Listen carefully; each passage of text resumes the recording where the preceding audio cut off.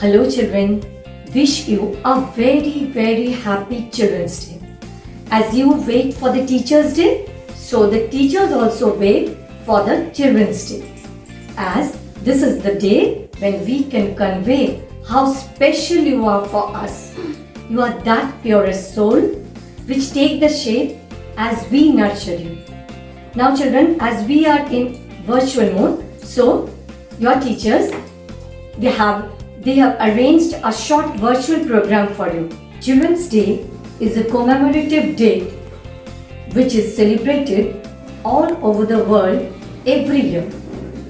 This date varies from country to country.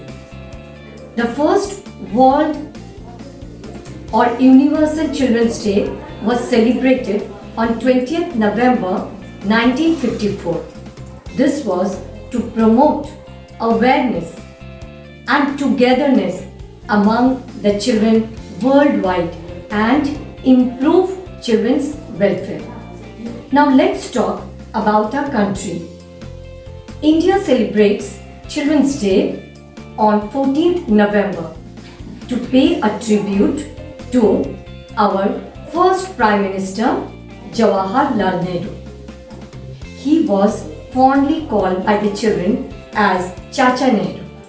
On this day, many motivational and educational programs take place all over the world. Prior to Pandit Nehru's death, India too celebrated Children's Day on 20th November. But after his death, to give our first Prime Minister a befitting farewell, India has decided to celebrate his birthday as Children's Day because he was very popular among children. So children, now let's enjoy the program that is for you by your teachers. Thank you. वक्रतुण्डा महाकाय सूर्यकोटि समप्रभा निर्विघ्नं कुरु मे देव सर्वकार्येषु सर्वदा.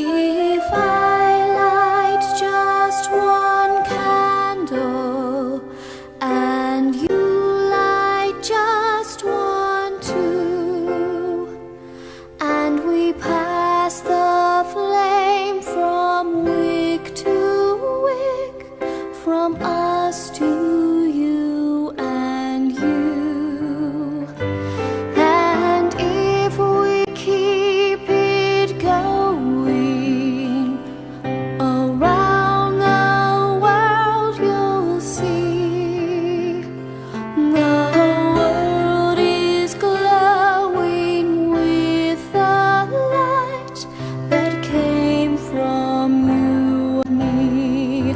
With one candle, just one candle, yes, one candle burning bright.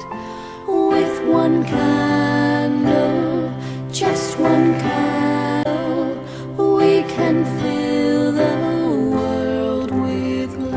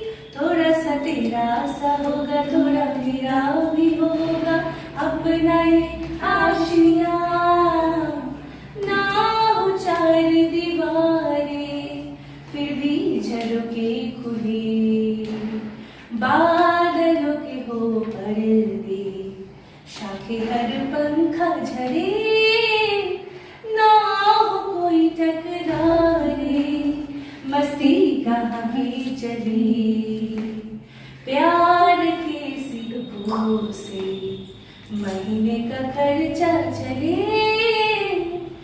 दबे दबे पाँव से आए हौले हौले जिंदगी, होठों पे उंगली चढ़ा के हम ताले लगा के चल, हम सुन तराने चुप के गाए आधी आधी बात ले, आए दिल की ये ज़मीं, थोड़ा सा तेरा सा होगा थोड़ा मेरा भी होगा, अपना ये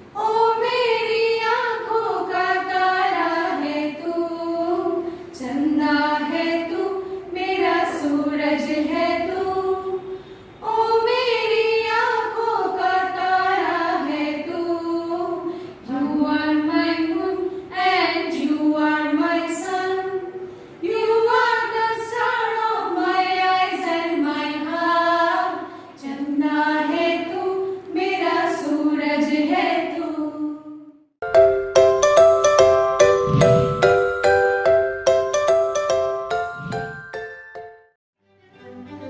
The Greek gods had a great battle against a race of giants called the Titans. They were sent to the hell after their battle. But the Titan Prometheus, known for his foresight, persuaded his brother Epimetheus to fight with the gods. As thanks, Prometheus was given the job of creating different creatures. Epimetheus was to bestow the gifts given by the gods among the creatures. To some gave flight, and others gave the ability to move in water or rest through the grass. He gave the best beast the soft fur and sharp claws. Meanwhile, Prometheus shaped the first human being out of the mud, and he formed it with the shape of the god himself. But Zeus said that they would have to be mortals and worship them, especially the inhabitants of the Mount Olympus from below. Zeus deemed humans subservient creatures, vulnerable to the elements of weather, and plead before the gods to protect themselves.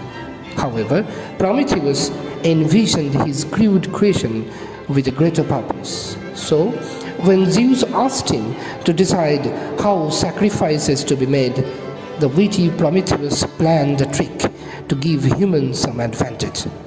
He killed the bull and divided it into two parts to present the Zeus. On one side, he concealed the succulent flesh and skin under the belly of an animal, and on the other, he hid the bones under the thick layer of fat. When Zeus chose the seemingly best portion for himself, he was enraged because of Prometheus' deception. So, Zeus forbade the use of fire on earth, whether cook meat or to get warmed or any other purpose. But Prometheus denied to see his creations in such state. He scaled Mount Olympus to steal fire from Athena's workshop. He hid the flame in a hollow flannel stalk and gave it to the people. This gave them to harness power of nature for their own benefit, and ultimately dominate the nature. They could now also forge weapons to go for war. Prometheus' aim acted as a catalyst for the rapid progression of civilization. Zeus understood what had happened. Furious Zeus imposed brutal punishment for Prometheus. Prometheus was chained to the cliff, and each day he will be visited by a vulture, and the vulture will be tearing out his liver, and the liver will grow to its full size each night as he was immortal. Prometheus never expressed his regret as his act of rebellion, though he was in perpetual agony. His resilience made him a prominent figure in Renaissance drama and literature. The famous poet Shelley wrote his poem on Prometheus being unbound, and he kept on spreading knowledge among humans ever after. His wife also, Mary Shelley, wrote a fiction named Frankenstein, and he named it Frankenstein, the modern Prometheus, in order to cherish the knowledge and the spirit of knowledge that was first ignited by Prometheus.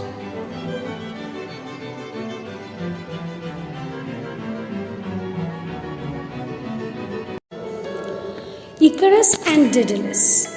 In Greek mythology, Icarus was the son of master craftsman Daedalus, the creator of Labyrinth. He designed the first bathhouse and the first dance floor. But he was jealous. He was worried that his nephew was a more skillful craftsman. Daedalus murdered him and was banished from Athens and made his way to Crete. There, Minos imprisoned him and his only son Icarus with the top of the tallest tower on the island. in that island, they were to remain for the rest of their lives. Then Daedalus thought of a plan. They will have to escape from that place. And he thought how to escape from there. Daedalus constructed giant wings by feathers and wax from candle to escape from the tallest tower. He gave a warning to his son. My son, don't fly too near the sun. If you will, then the heat would melt the wax and you will fall down.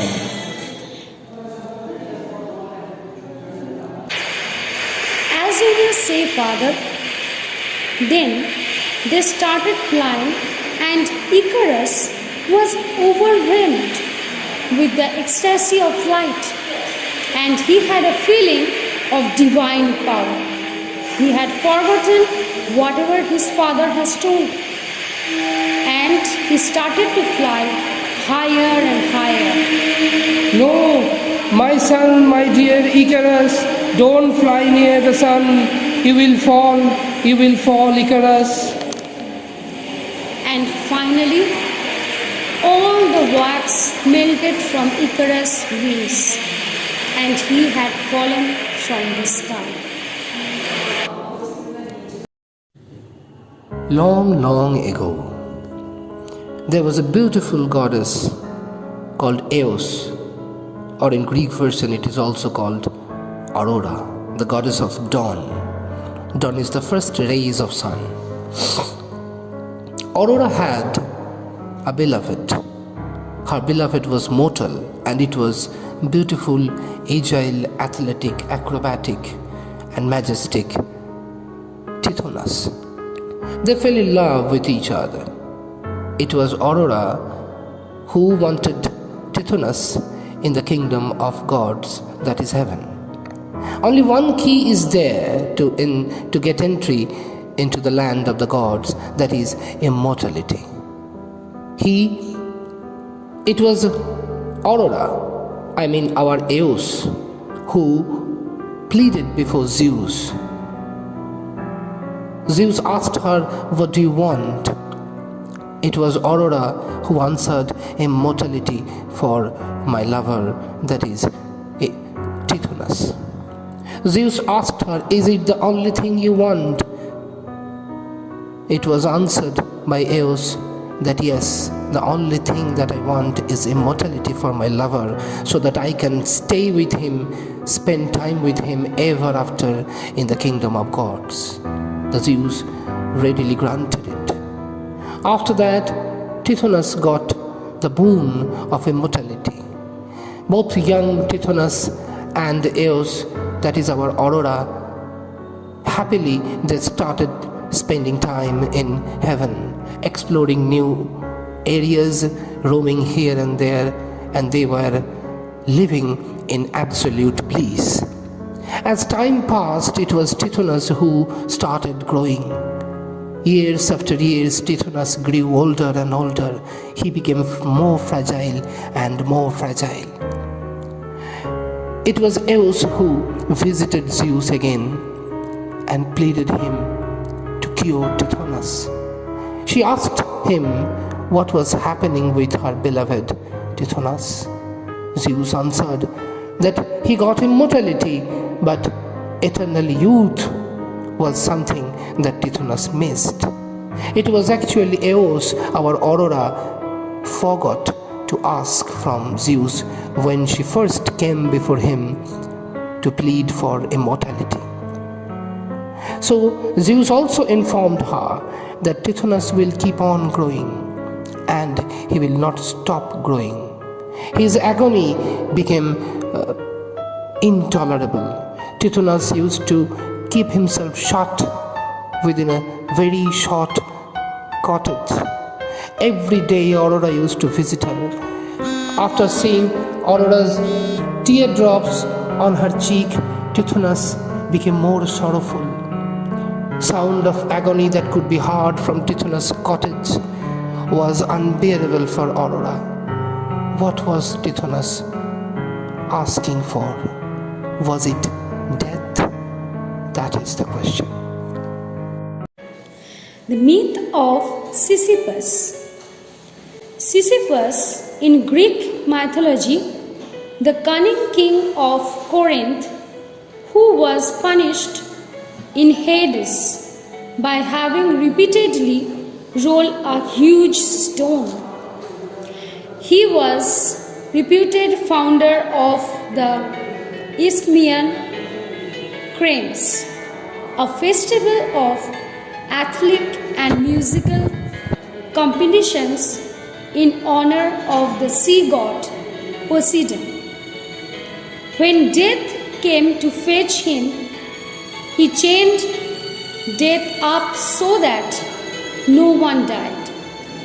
Finally, Ares came to aid death and he had to submit.